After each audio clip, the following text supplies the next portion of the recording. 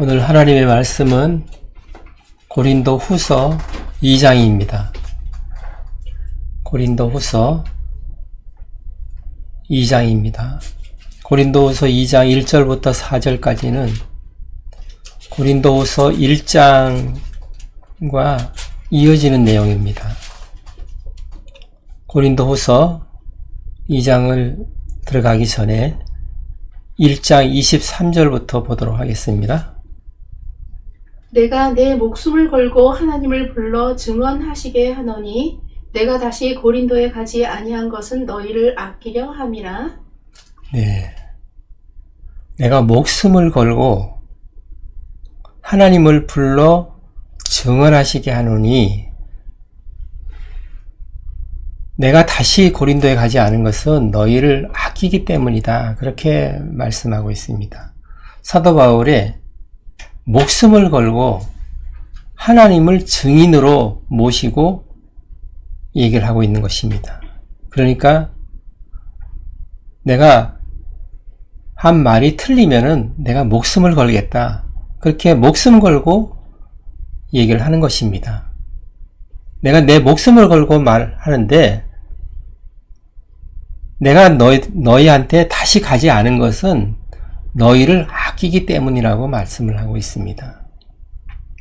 그것은 사도 바울이 다시 가지 않았다는 얘기는 먼저 한번 간 적이 있다는 얘기죠. 사도 바울이 고린도에 문제가 있다는 말을 에베소에서 사역을 하고 있을 때 그런 말을 듣습니다. 글로웨의 집 사람들로부터 그런 말을 듣게 되죠. 고린도 교회에 여러 가지 문제가 많다는 말을 듣습니다. 그리고 고린도 교인들이 자신들이 당면한 문제에 대해서 글로 적어서 편지로 사도 바울에게 질문한 내용에 대한 답변이 있습니다. 그 내용들이 고린도 전서입니다. 그것을 사도 바울은 고린도 교회에 보내게 됩니다. 그렇지만 사도 바울이 보낸 그 편지의 내용도 전혀 응답하지 않고 사도 바울의 말에 전혀 반응을 보이질 않았습니다. 거부한 거죠. 디모데로부터 고린도 교회가 아주 심각한 상황이라는 말을 듣고 사도 바울이 직접 고린도 교회를 방문하게 됩니다. 그렇지만 우리가 고린도후서 2장 1절에서부터 4절까지 보면 그 방문이 고통스러운 방문이다. 그렇게 표현됩니다.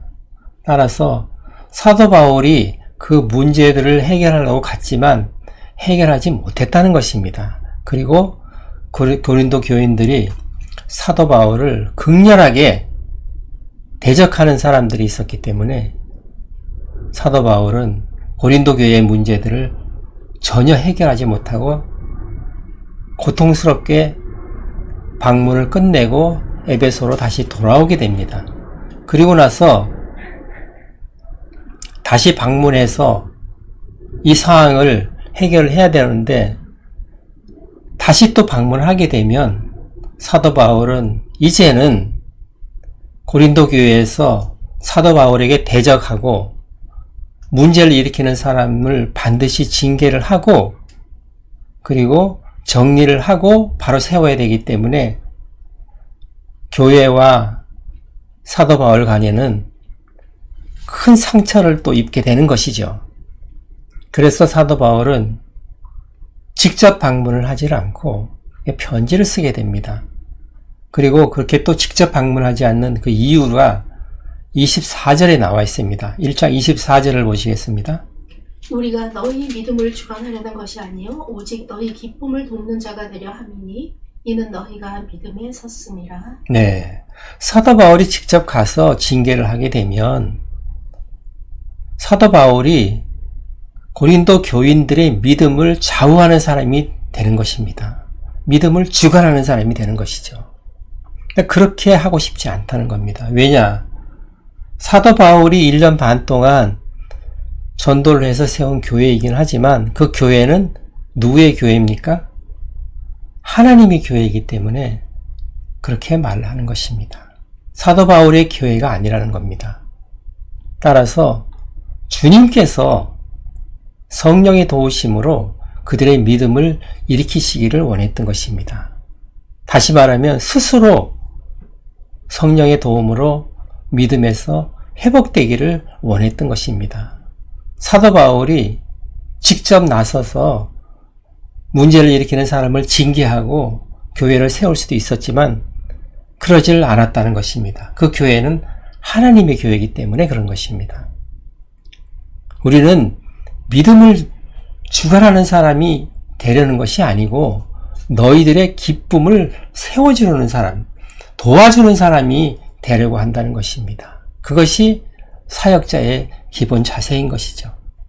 성도들의 믿음을 좌우하거나 믿음을 지배하거나 그 위에 군림하는 사람은 사역자가 아닌 것이죠. 사도 바울은 그런 이유로 해서 직접 방문하지 않고 눈물의 편지를 쓰게 되는 것입니다. 이미 너희들은 믿음에 서 있다는 것입니다. 그것은 현재 상황이 고린도 교인들로 봤을 때는 믿음에 서 있다고 볼 수는 없죠. 여러 가지 문제를 많이 일으키고 있습니다. 그렇지만 사도 바울이 고린도에 방문을 해서 이방신을 섬기는 사람들을 전도를 해서 하나님께로 돌아오게 하고 그리스도를 믿게 하였기 때문에 사도 바울은 그것을 믿는 것입니다. 스스로 믿음에서 서라는 것입니다. 그것을 바라보고 너희는 이미 믿음에 서 있는 자들이다. 그렇게 과거에 서 있었습니다. 그러나 지금은 믿음에서 흔들린 거죠. 그래서 사도 바울을 대적하고 교회에 무리를 일으키고 있는 사람들이 있었던 것입니다. 물론 다는 아니지만 문제를 일으키는 사람들이 있었던 것이죠. 그러니까 스스로 일어서라는 것입니다. 그러기를 바란 것이죠. 이런 1장의 말씀들이 2장으로 이어집니다. 2장 1절을 보시겠습니다. 내가 다시는 너희에게 근심 중에 나아가지 아니하기로 스스로 결심하였노니. 네. 사도 바울이 다시는 근심 중에 너희에게 나가지 않기로 결심했다. 이전에 근심 중에 나아간 거죠. 여러 가지 문제가 있었기 때문에 고린도 전서를 적어서 보냈지만 그들이 받아들이질 않았기 때문에 사도 바울이 늘 고린도 교회에 대한 근심이 있었던 것입니다. 그러나 근심 중에 나아갔을 때는 서로 간에 상처만 안고 돌아올 수밖에 없는 상황이 되었다는 것입니다. 그래서 이제는 근심 중에 내가 너희한테 나아가지 않기로 그렇게 결심을 했다는 것입니다. 그 다음 절을 보십니다. 내가 너희를 근심하게 한다면 내가 근심하게 한 자밖에 나를 기쁘게 할 자가 누구냐? 네. 나를 기쁘게 할 자는 너희들밖에 없는데 내가 너희들을 근심하게 하면 누가 나를 기쁘게 하겠느냐? 그런 말이죠. 사도 바울이 고린도에 방문을 해서 징계를 하고 그렇게 권면을 하고 하게 되면 근심을 하게 하는 것이죠. 사도 바울도 물론 근심에 빠져서 그렇게 얘기를 하고 있지만 그 말을 듣는 고린도 교인들도 근심에 잠기게 될 것입니다. 그렇기 때문에 그렇게 하고 싶지 않다는 것이죠. 너희들이 나의 기쁨이 되어야 되는데 내가 너희들을 근심시키게 한다면은 그러면은 누가 나를 기쁘게 할 수 있겠느냐 하는 것입니다. 사도 바울은 고린도 교회의 모든 성도들이 다시 사도 바울이 전한 그 복음을 회복하기를 바라는 것이죠. 그렇게 회복하면 그것이 바로 사도 바울의 기쁨이 되는 것입니다. 그러나 지금은 그 믿음이 흔들리고 있는 것입니다. 교회가 분파를 만들어서 서로 다투고 있는 것이죠. 그리고 사도 바울을 대적하고 있는 모양인 것입니다. 그 다음 절을 보십니다. 내가 이같이 쓴 것은 내가 갈 때에 마땅히 나를 기쁘게 할 자로부터 도리어 근심을 얻을까 염려하며 또 너희 모두에 대한 나의 기쁨이 너희 모두의 기쁨인 줄 확신함이로라. 예. 내가 이렇게 쓴 것은, 그러니까 이미 지금 고린도 후서를 지금 쓰고 있지만 고린도 후서 이전에 내가 쓴 편지가 있다는 겁니다. 그것은 강력한 어조로 권면과 그리고 책망이 담긴 그런 눈물의 편지를 말하고 있는 것입니다. 2장 4절에 나와 있는 그 눈물의 편지를 말하고 있는데, 그렇게 쓴 것은 내가 마땅히 너희들로부터 기쁨을 얻어야 되는데 오히려 내가 방문을 해서 근심을 얻게 될까봐 그런 두려움으로 인해서 내가 방문을 하지 않았다는 것입니다. 너희 모두에 대한 나의 기쁨이 너희의 기쁨이 되는 것을 확신한다. 그러니까 사도 바울이 기쁘면은 성도들도 다 기쁜 것이고, 고린도 교인들이 근심에 잠기면 사도 바울도 근심에 잠기는 것입니다. 그렇게 사도 바울과 고린도 교인들은 한 공동체라는 것을 말씀하고 있습니다. 사도 바울이 기쁨을 얻으면 교인들도 다 기쁨을 얻는 것이고, 사도 바울이 근심을 얻으면 모든 성도들이 다 근심이 되는 것입니다. 그렇게 한 공동체라는 것을 말씀하고 있습니다. 그 다음 절을 보시면, 내가 마음에 큰 눌림과 걱정이 있어 많은 눈물로 너희에게 썼노니 이는 너희로 근심하게 하려 한 것이 아니요 오직 내가 너희를 향하여 넘치는 사랑이 있음을 너희로 알게 하려 함이라. 네. 내가 많은 눌림과 걱정으로 많은 눈물을 흘리면서 이 편지를 썼다. 그러면서 편지의 내용은 강력한 책망과 그리고 권면의 내용이 담겨 있었던 것입니다. 그래서 해당되는 사람들, 그런 교인들은 많은 근심에 잠겼을 것입니다. 그렇게 책망하는 말을 들었기 때문에 그렇게 근심에 쌓여 있었던 것이죠. 사도 바울이 그렇게 너희들을 근심에 잠기게 한 것은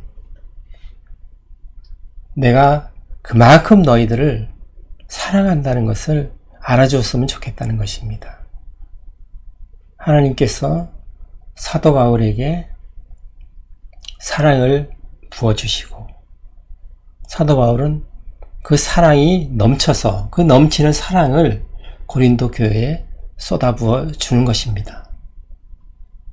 사도 바울이 책망하고 권면하는 것은, 그것은 책망과 권면이 목적이 아니고 사도 바울의 넘치는 사랑을 표현한 것이다. 내가 너희들을 그만큼 사랑하고 있다. 그것에 대한 표현이라고 말씀을 하고 있습니다. 그 다음 줄을 보시면, 근심하게 한 자가 있었을지라도 나를 근심하게 한 것이 아니요 어느 정도 너희 모두를 근심하게 한 것이니 어느 정도라 하면 내가 너무 지나치게 말하지 아니하려 함이라. 네, 사도 바울을 대적하는, 사도 바울에게 근심을 주는 사람들이 있었습니다. 하지만 사도 바울은 나를 근심하게 할 뿐만 아니라 어느 정도 모든 성도들에게 근심을 주었다고 말을 하고 있습니다. 이런 사람들은 교회에 문제를 일으키는 사람들이기 때문에 그렇게 될 수밖에 없는 것이죠. 사도 바울에게만 걱정거리가 된 것이 아닌 것입니다. 교회 모두에게 피해를 준 것입니다. 그 다음 절을 보시면, 이러한 사람은 많은 사람에게서 벌받는 것이 마땅하도다. 예. 이렇게 교회에서 문제를 일으키는 사람은 많은 사람들로부터 징계를 받는 것이 마땅하다. 그러니까 지금 징계를 받았다는 얘기입니다. 그 다음 절을 보시면, 그런즉 너희는 차라리 그를 용서하고 위로할 것이니 그가 너무 많은 근심에 잠길까 두려워하노라. 예. 그가 너무 많은 근심에 잠길까 두렵다. 이제는 용서하고 그를 위로하라. 그렇게 지금 말을 하고 있습니다. 그럼 이 사람이 그 교회 내에서 그런 너무 많은 근심으로 인해서 교회를 떠날 수도 있고 하나님을 멀리할 수도 있기 때문에 그건 아니라는 겁니다. 그렇게 징계를 하고 책망하는 것은 그것 자체가 목적이 아닌 것이고 신앙을 다시 회복하게 하는 것이 목적이기 때문에 그 사람이 회개를 하고 그리고 자기의 잘못을 깨닫고 그리고 믿음을 회복했다면 그 사람을 용서하라는 것입니다. 그 다음 절을 보십니다. 그러므로 너희를 권하노니 사랑을 그들에게 나타내라. 네. 이제는 그들을 용서하고 사랑을 베풀어라. 사도 바울이 듣기에는 아직도 그 문제를 일으킨 사람을 더 징계를 하고 하려고 하는 사람들이 있기 때문에 이런 말을 하는 것이죠. 아직도 그 사람들을 징계만 했지 용서할 마음이 없는 사람들이 있다는 것입니다. 그러나 그것은 안 된다는 것이죠. 그 사람이 이미 징계를 받을 만큼 받았고 너무 큰 슬픔에 잠겨서 아예 하나님으로부터 멀어질 수가 있기 때문에 계속 그렇게 징계를 하는 것은 옳지 않다는 것입니다. 그 다음 절을 보시면 너희가 범사에 순종하는지 그 증거를 알고자 하여 내가 이것을 너희에게 썼노라. 네, 고린도 후서에 이런 말을 쓰는 것은 너희가 이제 내 말을 듣고 순종을 하고 그를 용서하고 사랑을 베풀었으면 좋겠다 이런 말을 하고 있습니다. 그 다음 절을 보시면 너희가 무슨 일에든지 누구를 용서하면 나도 그리하고 내가 만일 용서한 일이 있으면 용서한 그것은 너희를 위하여 그리스도 앞에서 한 것이니 예. 너희가 누구든지 용서를 하게 되면 나도 그를 용서하겠다는 것입니다. 그리고 내가 누구를 용서를 하게 되면 그것은 그리스도 앞에서 한 것이기 때문에 너희도 그를 용서를 해라. 사도 바울이 현재 몸은 에베소에 있기 때문에 고린도 교인들과는 떨어져 있습니다. 그렇지만 사도 바울은 내가 너희들과 몸은 떨어져 있지만 한 공동체다. 한 공동체로 연결되어 있다. 그러니 너희가 용서하면 나도 용서하는 것과 같은 것이고 내가 용서하면 나는 그리스도 앞에서 한 것이기 때문에 너희도 용서를 해라. 그렇게 지금 권면하고 있습니다. 그 다음 절을 보시면 이는 우리로 사탄에게 속지 않게 하려 함이니 우리는 그 계책을 알지 못하는 바가 아니로라. 예. 용서를 할 사람에게 용서하지 않는 것은 사탄에게 속는 것이다. 우리는 사탄의 계책을 모르는 바가 아니다. 사탄은 용서를 해야 되는 사람한테 용서를 하지 않는 거죠. 사탄은 용서가 없는 그런 존재고 사랑이란 없는 존재입니다. 사랑을 베풀고 용서를 하는 것은 예수님으로부터 온 것입니다. 하나님으로부터 온 것이죠. 사탄으로부터는 그런 것이 오질 않죠. 사탄으로부터 오는 것들은 어떤 것들입니까? 시기하고 질투하고 그리고 두려움 그리고 분노하고 자기를 자랑하고 내세우고 이런 것들입니다. 이기심 그리고 세상 탐욕에 휩쓸리고 자기의 지식을 자랑하고 이런 것들이 다 사탄으로부터 오는 것들이죠. 이런 것들에 접근을 하게 되면 사탄에게 길을 열어주는 것이다. 그것이 사탄의 계책에 속는 것이다. 그렇게 지금 말을 하고 있는 것입니다. 사도 바울은 이렇게 일반적인 말을 하면서도 수시로 이렇게 영적인 말을 덧붙여서 하고 있는 것을 볼 수가 있습니다. 그 다음 절을 보시면 내가 그리스도의 복음을 위하여 드로아의 이름에 주 안에서 문이 내게 열렸으되 네. 사도 바울이 그리스도의 복음을 위하여 드로아에 이르렀다. 드로아에 갔다는 것이죠. 사도 바울은 에베소에서 사역을 하다가 이제 드로아로 갑니다. 근데 복음을 위해서 갔다 하고 그렇게 말을 하고 있습니다. 사실은 드로아에서 디도를 만나기로 했기 때문에 가는 것이죠. 사도 바울은 그렇게 고린도 교회에 방문해서 서로 상처만 입고 돌아왔기 때문에 편지를 써서 디도 편으로 고린도 교회에 보낸 것이 고린도 후서인 것입니다. 그렇게 디도 편으로 보냈는데 이제 디도가 좋은 소식을 가지고 오기를 기대를 하고 있는 것이죠. 그리고 어떤 소식을 가져올지 아주 궁금해하고 있습니다. 그런 조바심을 가지고 있어서 이제 디도를 만나기로 한 드로아에 가는 것입니다. 그러나 복음을 위해서 간다고 말을 하고 있는 것이죠. 사도 바울은 이 에베소에서 떠나는 것이 에베소에 그 당시에 데메드리오 사건이 일어났습니다. 그래서 더 이상 소동으로 인해서 있을 수가 없었습니다. 에베소에서 떠나서 이제 드로아로 가게 되는 것이죠. 그곳에서 디도를 만나기로 했기 때문에 간 것인데 사도 바울은 그리스도의 복음을 위해서 갔다. 그러니까 사도 바울은 움직이면은 다 그리스도의 복음을 전하는 그런 사람이었다는 것을 우리가 알 수가 있습니다. 그 다음 절을 보시면 내가 내 형제 디도를 만나지 못하므로 내 심령이 편하지 못하여 그들을 작별하고 마게도나로 갔노라. 마음이 편하지 못했다고 얘기를 하고 있습니다. 그곳에서 전도의 문이 열렸지만 하나님께서 전도의 문을 열어주셨지만 마음이 편치 않아서 마게도니아로 갔다. 이제 마게도니아를 통해서 디도가 드로아로 올 텐데 마음이 급해서 마게도니아로 가게 된 것입니다. 이게 13절에 그런 내용이 있고 14절에는 전혀 장면이 다른 그런 내용이 나옵니다.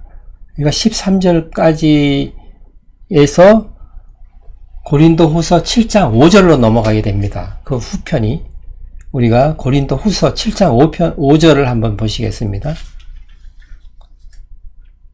고린도 후서 7장 5절부터 7절까지의 말씀이 고린도 후서 13절, 2장 13절과 이어지는 말입니다. 우리가 마게도냐에 이르렀을 때에도 우리 육체가 편하지 못하였고 사방으로 환난을 당하여 밖으로는 다툼이요 안으로는 두려움이었노라. 네, 사도 바울이 복음을 전하면서 계속 고난을 받게 됩니다. 환난을 당하게 되죠. 에베소에서도 그런 소동으로 인해서 드로아로 가게 된 것이고 드로아에서 마게도니아로 갔는데도 역시 육체적으로 고난이 따랐다고 말씀을 하고 있습니다. 그리고 계속 6절을 보십니다. 그러나 낙심한 자들을 위로하시는 하나님이 디도가 오므로 우리를 위로하셨으니. 네, 그렇게 낙심하고 있는데 하나님께서 디도를 만나게 해주셔서 우리에게 위로를 주셨다고 말씀하고 있습니다. 그러니까 마게도니아에서 디도를 만난 것입니다.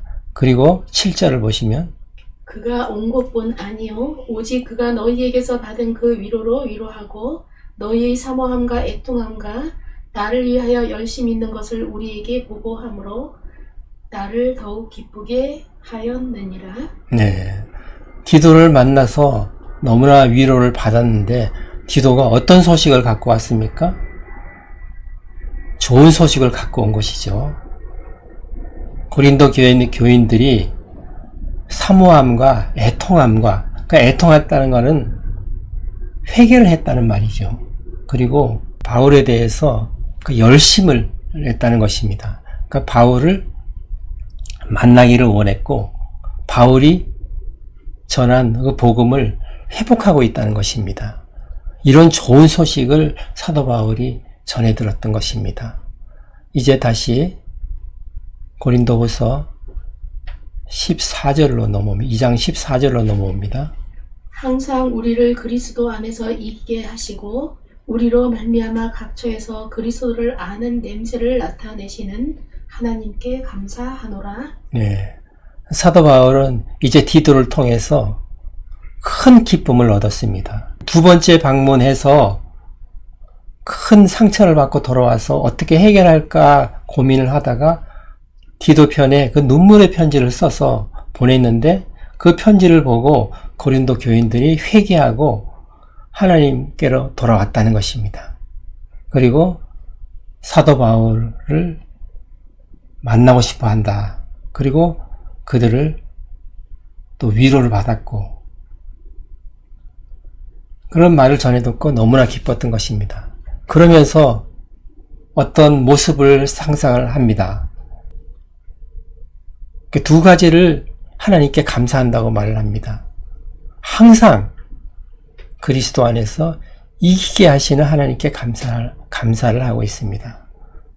하나님께서는 너무나 고통스럽고 환난 가운데 있는 그런 고난 중에 있더라도 항상 이기게 하신다는 겁니다. 근데 이기게 한다는 말은 다른 번역본에 보면 개선행렬에 대해서 말씀하고 있는 단어라고 그렇게 표현이 되어 있습니다. 그것은 로마 장군이 큰 전쟁터에 나가서 승리하고 로마로 다시 귀환할 때 로마 시민들이 큰 환호를 하고 그 가운데 병사들을 이끌고 그리고 전리품을 가지고 로마로 행진하는 그런 모습을 그려보는 것입니다. 마치 그런 로마 장군처럼 그리스도께서 그런 개선 행렬을 이끌고 가시는 모습을 바라보는 것입니다. 하나님께서 그리스도의 개선 행렬에 우리를 참여시켜 주시는 하나님께 감사한다는 것입니다. 그것은 그리스도께서 승리하시고 개선하는 그 개선 행렬에 사도 바울 일행도 참여시켜 주시는 하나님께 감사를 하고 있는 것입니다. 그 엄청난 기쁨을 누리고 있는 것입니다. 이 순간. 그리고 그리스도를 아는 냄새를 나타내시는 하나님께 감사를 한다는 말은 각처에서 여기저기 다니면서 하나님의 말씀을 그리스도의 복음을 전하는 그런 역할을 맡기신 하나님께 감사한다는 것이죠. 그러면서 예수 그리스도의 개선 행렬에 하나님께서 자신을 참여시켜 주시는 그 모습을 영적으로 바라보면서 기뻐하고 있는 거죠. 이런 기쁨을 가지고 사도 바울은 고난과 환난을 이겨내고 있는 것입니다. 그 다음 절을 보십니다. 우리는 구원받는 자들에게나 망하는 자들에게나 하나님 앞에서 그리스도의 향기니. 예. 우리는 하면은 사도 바울 일행을 얘기하죠. 복음 전도자를 얘기하는 것입니다. 사도 바울의 일행은 복음 전도자죠. 이 복음 전도자들은 구원받는 자들에게나 멸망하는 자들에게나 그리스도의 향기다. 그리스도의 복음을 전하는 그 일을 그리스도의 향기를 전하는 것이라고 말씀하고 있습니다. 그 다음 절을 보십니다. 이 사람에게는 사망으로부터 사망에 이르는 냄새요 저 사람에게는 생명으로부터 생명에 이르는 냄새라. 누가 이 일을 감당하리요? 네, 누가 이 일을 감당하리요? 그리스도의 복음을 세상 만민들에게 전하는 이 일을 누가 감당하겠느냐? 지금 사도 바울이 감당하고 있는 거죠. 사도 바울 일행이 감당하고 있는 겁니다. 우리 모든 그리스도인들도 물론 감당을 해야 될 일이죠. 그런데 이런 복음을 전할 때 그 복음을 받아들이는 사람은 생명으로부터 생명에 이르게 되고 또 복음을 받아들이지 않는 사람은 멸망을 당하게 되는데 사망으로부터 사망에 이르게 된다는 것입니다. 받아들이는 사람은 생명에 이르게 되고 복음을 거부하는 사람은 멸망에 이르게 되는 거죠. 사망에 이르게 된다는 것입니다. 복음은 누구에게나 전파되지만 그것을 받아들이고 안 받아들이고에 따라서 생명과 사망으로 나누어진다. 그렇게 말씀하고 있습니다. 그 다음 절을 보십니다.